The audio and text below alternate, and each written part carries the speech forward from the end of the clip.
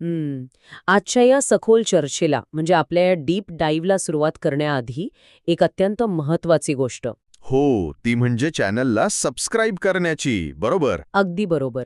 मित्रांनो, travel and podcast या आपल्या चॅनलला नक्की लाईक, शेअर आणि सबस्क्राईब करा, कारण आज आपण ज्या विषयावर चर्चा करणार आहोत ना, तो विषय फक्त एका कंपनीपुरता मर्यादित नाहीये. हो ना, तो एका माणसाच्या दृष्टिकोनाचा आणि धैर्याचा प्रवास आहे. हो, म्हणजे संपूर्ण जग बदलून टाकणाऱ्या एका व्यावसायिक मॉडेलचा हा प्रवास आहे. आज आपल्याकडे चर्चेसाठी जे स्रोत आहेत ना, त्यामध्ये एका अत्यंत अभ्यासपूर्ण यूट्यूब डॉक्युमेंटरीची स्क्रिप्ट आहे आणि काही निवडक बिझनेस आर्टिकल्सचा समावेश आहे. आणि याच स्रोतांच्या आधारे आपण एका साम्राज्याचा वेध घेणार आहोत.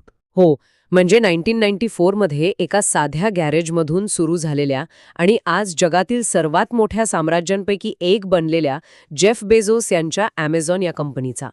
आजचं आपलं मुख्य मिशन हे आहे की या गरुड झेपेमागचं नेमकं व्यावसायिक रहस्य काय आहे हे आपल्याला डिकोड करायचं आहे. नक्कीच, कारण हा प्रवास खूप थक्क करणारा आहे. अरे, तू विचार कर, साधारणपणे जेव्हा कोणी आपल्या करिअरचा विचार करतं तेव्हा डोक्यात काय असतं? एक सुरक्षित नोकरी असावी, वेळेवर मिळणारा चांगला पगार असावा आणि एक सेटल झालेलं आयुष्य असावं, बरोबर ना? अगदी बरोबर. म्हणजे माणसाचा मूळ स्वभावच सुरक्षितता शोधण्याचा असतो. आपण नेहमी असा रस्ता निवडतो जिथे जोखीम म्हणजे रिस्क कमीत कमी असेल. हो, आणि त्यातल्या त्यात वॉल स्ट्रीटवरची नोकरी म्हणजे तर अरे, वॉल स्ट्रीटवरील नोकरी म्हणजे सुरक्षिततेचं आणि यशाचं सर्वोच्च टोक मानले जातं. तिथे काम करणाऱ्या माणसाला आर्थिक स्थैर्याची कोणतीही चिंता नसते. पण इथंच या स्रोतांमधील माहिती रंजक होते. जेफ बेझोस यांनी 1994 मध्ये नेमकं याच्या उलट केलं. हो, त्यांनी वॉल स्ट्रीटवरील आपली ती लाखो रुपयांची अत्यंत सुरक्षित आणि उत्तम पगाराची नोकरी एका झटक्यात सोडून दिली. आणि तीही कशासाठी? तर इंटरनेट नावाच्या अशा गोष्टीसाठी ज्याला त्या काळात कोणी नीट ओळखतही नव्हतं. हो ना, तो काळच वेगळा होता. अरे, तू विचार कर, इतकी मोठी नोकरी सोडून कोणी इंटरनेटवर काही विकायचा विचार कसा करू शकतो? म्हणजे त्या काळात इंटरनेटवर कोणीही पैसे खर्च करणार नाही असाच लोकांचा ठाम समज होता. बरोबर आहे तुझं. हे म्हणजे एखाद्या चालत्या विमानातून उडी मारायची आणि हवेतच स्वतःचा पॅराशूट तयार करायचा, असंच काहीसं होतं हे. हे चालत्या विमानातून उडी मारण्याचं उदाहरण अगदी समर्पक आहे. पण या स्रोतांमधून एक गोष्ट स्पष्ट होते बघ. ही उडी फक्त हवेत घेतलेली आंधळी उडी नव्हती. अच्छा, म्हणजे त्यामागे काही गणित होतं? हो तर. त्या पॅराशूटला एका अत्यंत भक्कम आकडेवारीचा आधार होता. बेझोस यांनी एका रिपोर्टमध्ये पाहिलं होतं की इंटरनेटचा वापर दरवर्षी तब्बल 2300% वेगाने वाढत आहे. बाप रे, 2300%? हो, आता 2300% हा आकडा वरवर पाहता फक्त एक संख्या वाटतो. पण बिझनेसच्या परिभाषेत याचा अर्थ खूप मोठा आहे. तो अर्थ नक्की काय आहे? कारण 2300% वाढ म्हणजे नक्की काय हे समजायला थोडं कठीण जातं. बघ, कसं आहे, जेव्हा कोणती गोष्ट वर्षभरात दुप्पट होते तेव्हा आपण म्हणतो की 100% वाढ झाली, बरोबर. हो, 100% वाढ म्हणजे दुप्पट. पण इथे वाढ दुप्पट किंवा तिप्पट नव्हती, तर ती 23 पटीने होत होती. जेव्हा एखादी गोष्ट एवढ्या प्रचंड वेगाने वाढते ना, तेव्हा ती फक्त एक तात्पुरता ट्रेंड नसते. म्हणजे ती एक क्रांती असते. अगदी बरोबर. ती एका नवीन युगाची नांदी असते. बिझनेसच्या भाषेत हा एक प्रकारचा पॅराडाईम शिफ्ट असतो. बेझोस यांना ती क्रांती स्पष्ट दिसली होती. अच्छा. त्यांना समजलं होतं की हीच ती वेळ आहे जेव्हा या नवीन जगात प्रवेश केला पाहिजे. जर त्यांनी आणखी 2-4 वर्ष वाट पाहिली असती ना, तर कदाचित तिथे आधीच अनेक मोठी प्रस्थे निर्माण झाली असती. हो, म्हणजे त्यांना फर्स्ट मूव्हर ॲडव्हान्टेज मिळवायचा होता असं आपण म्हणू शकतो. अगदी विषयच नाही. तोच त्यामागचा मुख्य उद्देश होता. हे लॉजिक अचूक बसतं. पण या स्रोतांमध्ये वाचताना मला एक प्रश्न पडला होता. कोणता? ठीक आहे, इंटरनेट वेगाने वाढत होतं आणि तिथे काहीतरी विकायचं होतं, हे मान्य. पण जेव्हा त्यांनी एका छोट्याशा गॅरेजमधून या सगळ्याची सुरुवात केली, तेव्हा त्यांनी फक्त आणि फक्त पुस्तकांपासूनच का सुरुवात केली? हा खूप महत्वाचा प्रश्न आहे. म्हणजे विकायला जगात हजारो वस्तू होत्या ना, सॉफ्टवेअर्स होते, कपडे होते, इलेक्ट्रॉनिक्स वस्तू होत्या. मग फक्त पुस्तकांवरच त्यांनी लक्ष का केंद्रित केलं? मला असं वाटते की पुस्तके खराब होत नाहीत किंवा त्यांना एक्सपायरी डेट नसते, हे त्यामागचं तारण असावं का? तुझा हा अंदाज अगदी बरोबर आहे. पण त्यासोबतच आणखीही काही अत्यंत महत्वाची तांत्रिक आणि व्यावसायिक कारणं या स्रोतांमध्ये दिली आहेत. अच्छा, म्हणजे आणखी काही होतं? हो, पुस्तकांपासून सुरुवात करणं हा निव्वळ योगायोग नव्हता, तर तो एक अत्यंत विचारपूर्वक घेतलेला स्ट्रॅटेजिक निर्णय होता. सगळ्यात पहिलं कारण म्हणजे पुस्तकांचं स्टँडर्डायझेशन. स्टँडर्डायझेशन म्हणजे दर्जा समान असणे? अगदी बरोबर. पुस्तक ही एक अशी वस्तू आहे जिचा आकार आणि दर्जा सगळीकडे सारखाच असतो. तू एखादा पुस्तक दुकानातून विकत घेशील किंवा इंटरनेटवरून मागवशील, त्या पुस्तकातील मजकूर आणि तुझा अनुभव अजिबात बदलत नाही. हो, हे खरं आहे. म्हणजे कपड्यांसारखं नाही की मला हा रंग शोभेल का किंवा ही साईज मला बरोबर बसेल का. तिथे ग्राहकांच्या मनात नेहमी शंका असते. हो ना. आणि त्याच शंकेमुळे कपडे किंवा बुटांच्या बाबतीत रिटर्न रेट खूप जास्त असतो. लोक वस्तू परत करतात. अच्छा, आणि सुरुवातीच्या काळात वस्तू परत घेणं परवडणारं नसेल. बरोबर. जेव्हा लॉजिस्टिक्स एवढं प्रगत नव्हतं, तेव्हा वस्तू परत घेण्याची प्रक्रिया कोणत्याही नवीन कंपनीला परवडणारी नव्हती. पुस्तकांच्या बाबतीत ती शंकाच नसते. क्या बात है. हे भारी लॉजिक आहे. आणि यातील दुसरं आणि सर्वात मोठं कारण म्हणजे अमर्याद कॅटलॉग, म्हणजे इन्फिनिट कॅटलॉग. अमर्याद कॅटलॉग म्हणजे जागेची मर्यादा नसणे. होय. तू विचार कर, कोणत्याही एका भौतिक दुकानात म्हणजे फिजिकल स्टोअरमध्ये जास्तीत जास्त किती पुस्तकं ठेवता येतील? 1 लाख, 2 लाख. जास्तीत जास्त तेवढीच. जागेची मर्यादा असतेच. पण जगामध्ये 30 लाखांहून अधिक पुस्तके अस्तित्वात आहेत.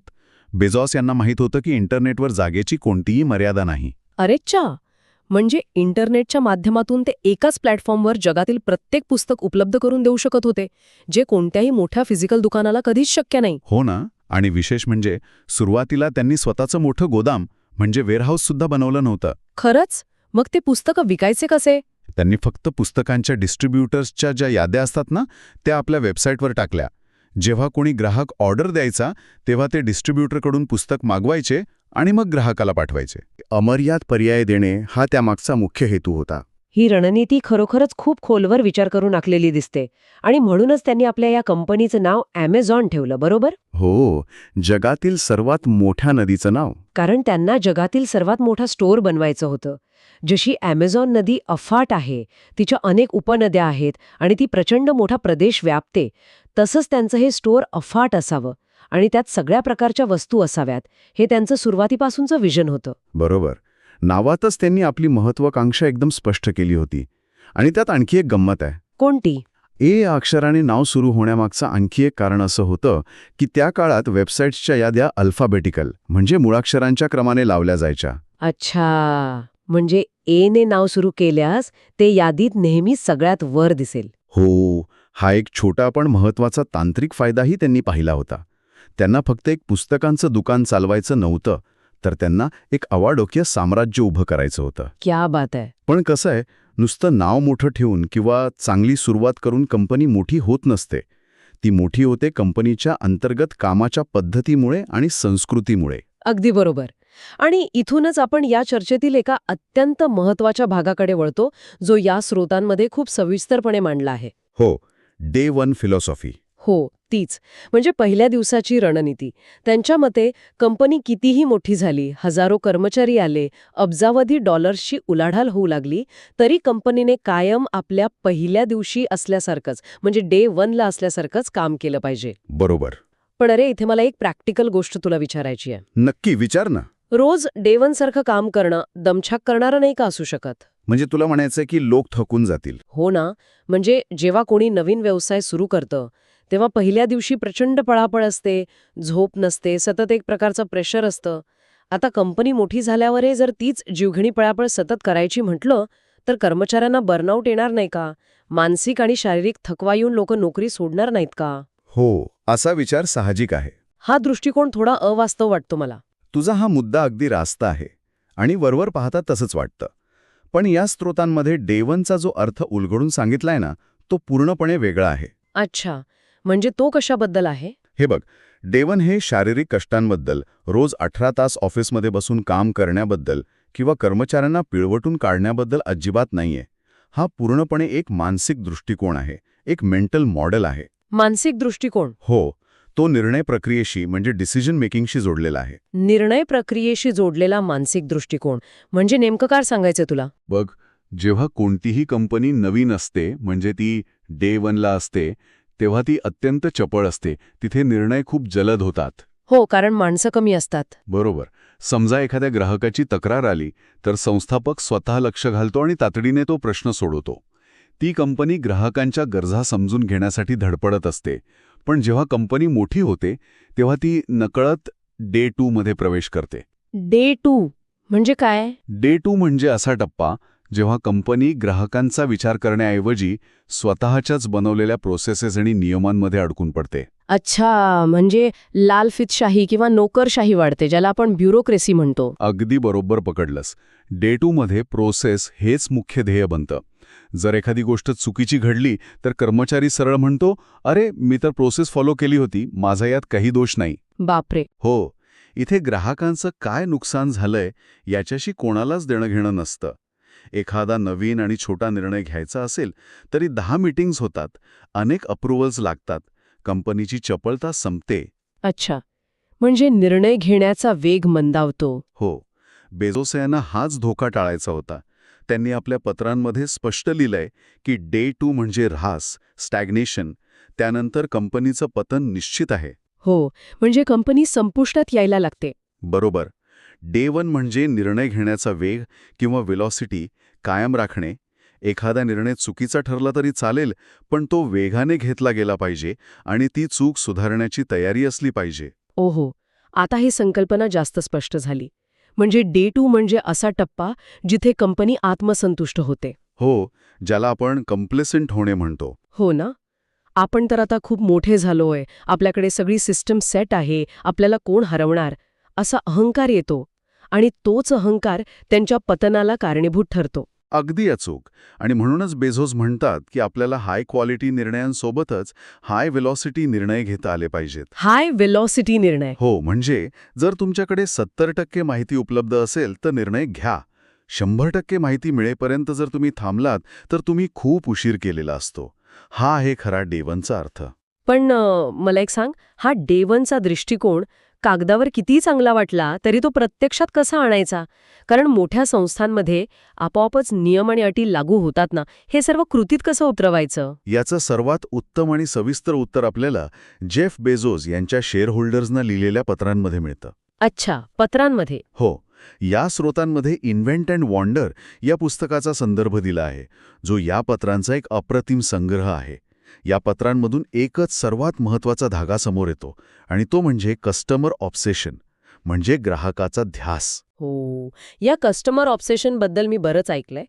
बेझोस यांचं एक फार प्रभावी वाक्य आहे ना, कोणता? तुम्ही तुमच्या विरोधकांवर म्हणजे तुमच्या कॉम्पिटिटर्सवर लक्ष ठेवू नका, तुमच्या ग्राहकांवर लक्ष ठेवा.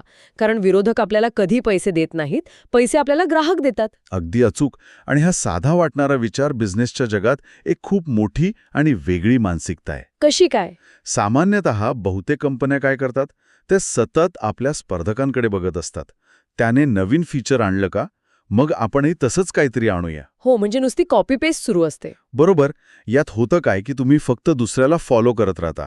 जर तुम्ही तुमच्या स्पर्धकापेक्षा थोडे पुढे गेलात तर तुम्ही प्रगती करणं तिथेच थांबवता, कारण तुमचं ध्येय फक्त त्याला हरवणं होतं. अच्छा, म्हणजे स्पर्धा संपली की तुमची प्रगतीही थांबते. अगदी बरोबर. पण जेव्हा तुम्ही पूर्णपणे कस्टमर ऑब्सेस्ड असताना तेव्हा तुम्ही कधीही थांबत नाही, कारण ग्राहक कधी पूर्ण समाधानी नसतो. त्याला नेहमी अजून काहीतरी चांगलं, अधिक स्वस्त आणि अधिक जलद हवं असतं. हे मात्र खरंय, ग्राहकांच्या अपेक्षा वाढतच जातात. हो, त्यामुळे ग्राहकावर लक्ष केंद्रित करणारी कंपनी सतत नवीन शोध म्हणजे इनोव्हेशन्स लावत राहते. आणि याच मानसिकतेतून Amazonमध्ये अशा काही गोष्टींचा जन्म झाला ज्यांनी संपूर्ण ई-कॉमर्सचा चेहरामोहरच बदलून टाकला. हो, इथे मला वन क्लिक बाईंग आणि Amazon प्राईम यांची नक्कीच आठवण होतीये. पण अरे, या वन क्लिक बाईंगबद्दल मला थोडा वेगळा विचार मांडायचा आहे. सांग ना, काय वाटतं तुला? ही ग्राहकांच्या सोयीसाठी बनवलेली गोष्ट असली तरी मला वाटतं की माणसाच्या आळशीपणाला किंवा त्याच्या इम्पल्सिव्ह वागण्याला दिलेली ती सगळ्यात मोठी फूस आहे. अच्छा, असं का वाटतं तुला? म्हणजे बघ, पूर्वी ऑनलाईन शॉपिंग करताना कार्ड डिटेल्स टाका, पत्ता टाका, OTPची वाट बघा, या सगळ्यात वेळ जायचा. हो, प्रोसेस मोठी असायची. आणि त्यावेळेत माणूस विचार करायचा की मला खरंच या वस्तूची गरज आहे का, आणि कधीकधी कंटाळून तो ती वस्तू घेणं सोडून द्यायचा. पण आता एका क्लिकवर सगळं होतं. लोक या एका क्लिकच्या नादात विनाकारण जास्त खरेदी करतात. हेच त्यामागचं मुख्य बिझनेस मॉडेल आहे ना. क्या बात आहे.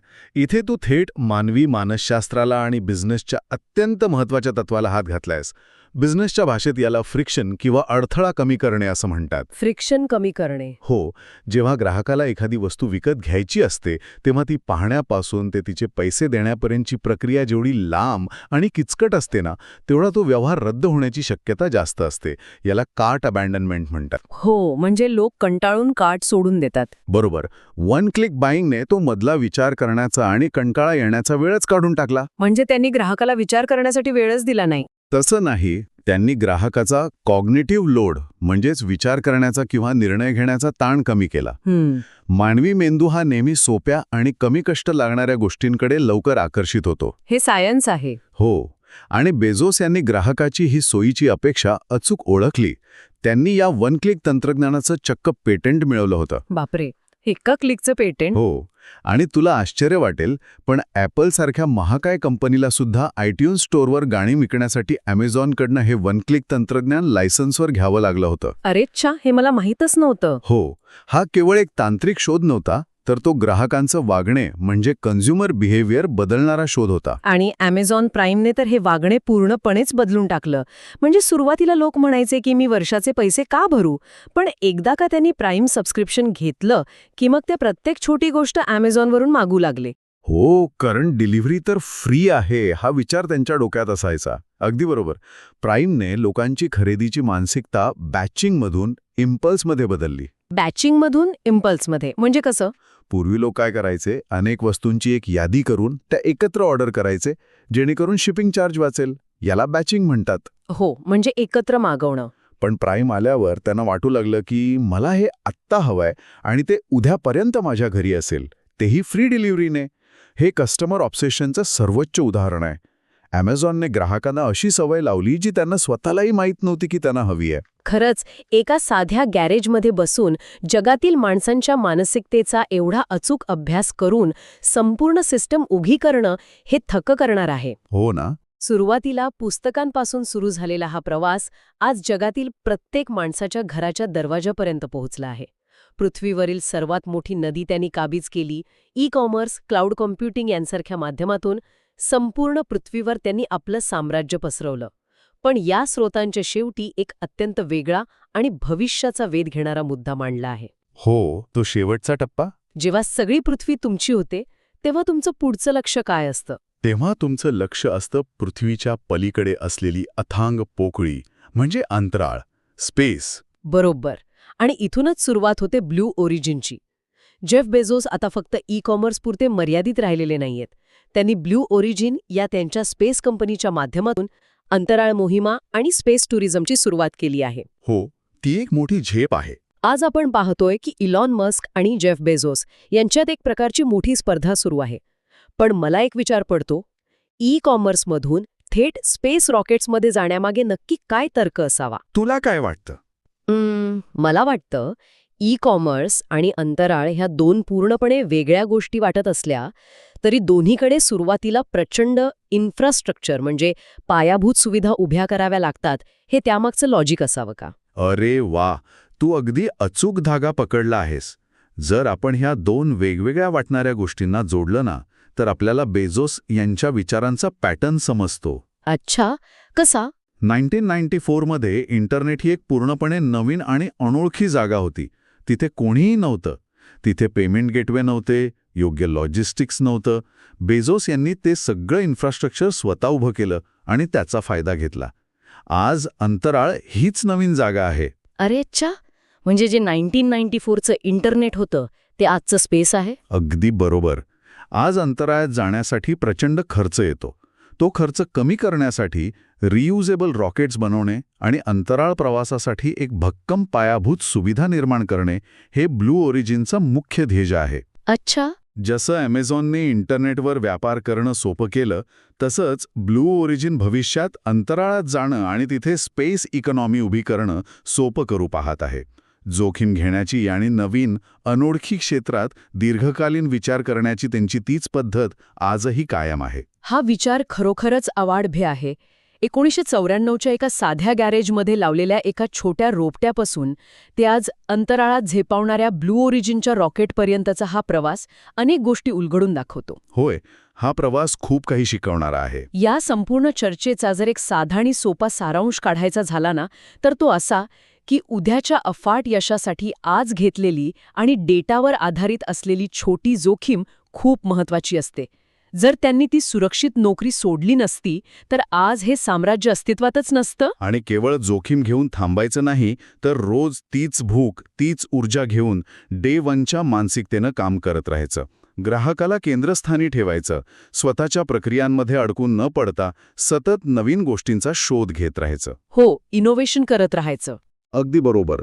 हाच तो बिझनेसचा खरा मंत्र आहे, जो या स्रोतांमधून स्पष्ट होतो. यातून खूप काही शिकायला मिळतं. मित्रांनो, या डे वन फिलॉसॉफीने आणि बिझनेस मॉडेलच्या सखोल विश्लेषणाने ऐकणाऱ्यांना नक्कीच नवीन दृष्टिकोन दिला असेल. हो, मलाही तशी खात्री आहे. जर ही सखोल चर्चा तुम्हाला आवडली असेल तर ट्रॅव्हल अँड पॉडकास्ट चॅनलला नक्की लाईक, शेअर आणि सबस्क्राईब करा. तसेच एक छोटासा प्रश्न, कमेंटमध्ये नक्की सांगा की Amazonवरून शेवटची कोणती वस्तू ऑर्डर करण्यात आली होती. हा, हे भारी आहे. आपण पुन्हा भेटणारच आहोत अशाच एका भन्नाट विषयासोबत. पण जाता जाता या स्रोतांवर आधारित एक शेवटचा आणि रंजक विचार इथे मांडला गेला पाहिजे, नाही का? नक्कीच.